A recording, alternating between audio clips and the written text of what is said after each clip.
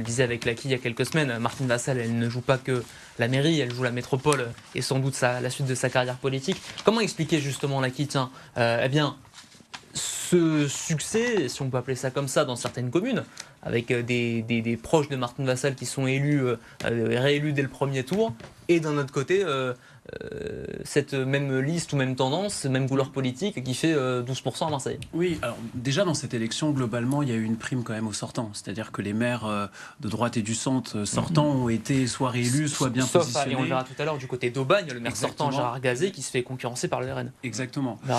Concernant Martine Vassal et le projet métropolitain, je pense qu'il y a aussi un point qui est important, c'est-à-dire que effectivement, cette élection joue l'avenir de la métropole, mais contrairement à beaucoup de métropoles en France, Marseille n'a pas fait le choix d'un contrat de gouvernance, c'est-à-dire en représentant plusieurs élus de sensibilités différentes, mais qui représentent des territoires différents, dans l'intérêt même dans l'intérêt métropolitain.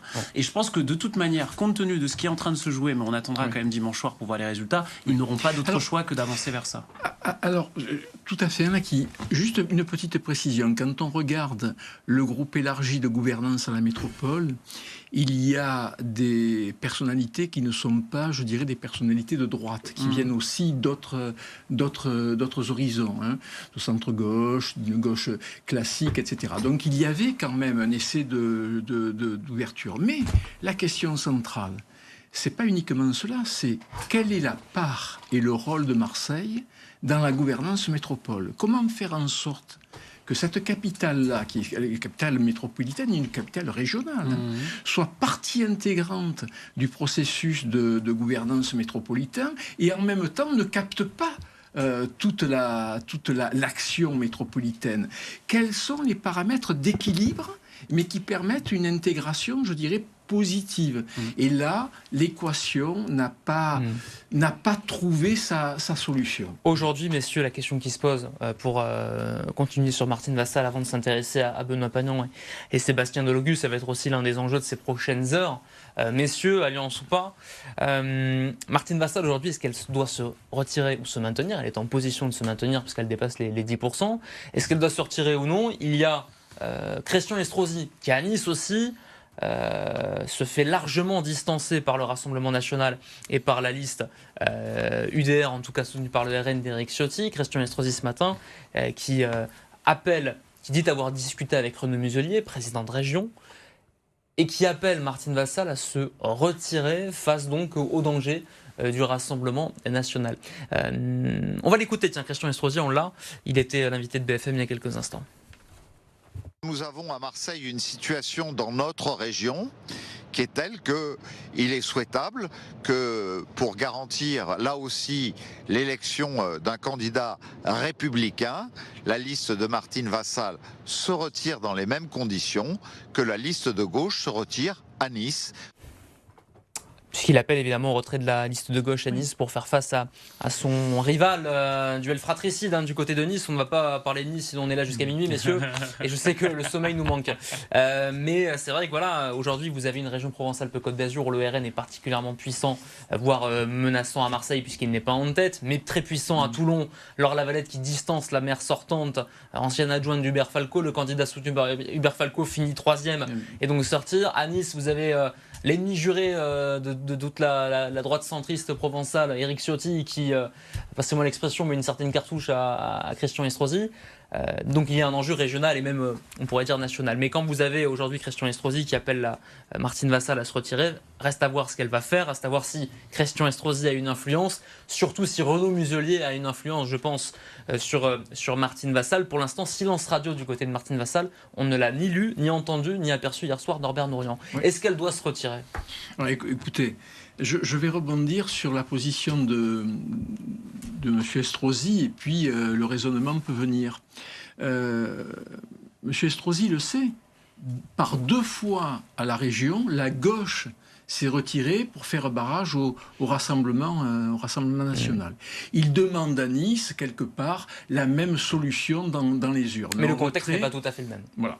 Mais ce n'est pas du tout la même chose, et puis peut-être que l'histoire a laissé certaines traces ou certaines réticences. En ce qui concerne Martine Vassal, je ne sais pas quel est le diagnostic que porte son équipe.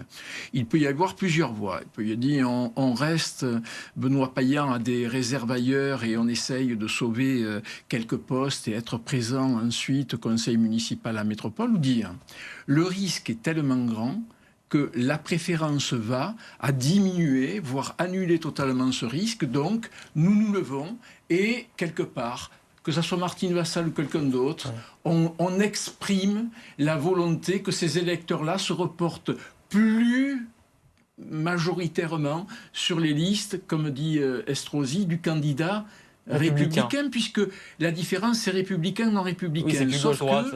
Voilà. Sauf que si les partis n'étaient pas républicains, ils seraient interdits. Donc on a des difficultés avec nos catégories d'analyse droite, extrême droite, républicain, non républicain. Mais quand on sait à quel point Martine Vassal s'est faite quelque part siphonner son électorat par Franck Alizio, si demain Martine Vassal dit je me retire, le risque c'est que les électeurs de Martine Vassal n'aillent pas forcément vers Benoît Payan, mais vers Franck Alizio. Il y a un risque symétrique.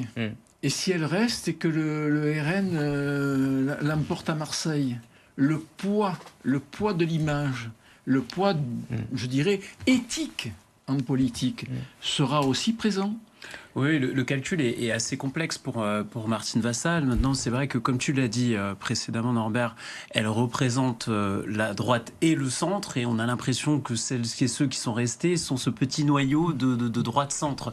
Donc, est-ce qu'en se retirant, c'est des électeurs qui iraient vers Franck Alizio ou Benoît Payan ou vers l'abstention? C'est la question qui se pose. Après, par rapport à ce qu'elle représente, c'est-à-dire la droite marseillaise, je vais être très honnête avec vous, parce qu'on est chez les tchatcheurs. Si on était dans les arcades en train de discuter, faire les calculs, etc., moi, je lui recommanderais de se maintenir.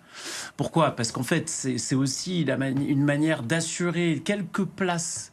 On parlait de la métropole, c'est un élu, deux élus, c'est toujours important. C'est un porte-parole important, c'est une estrade pour représenter la suite. C'est les deux scénarios que j'évoquais. Exactement.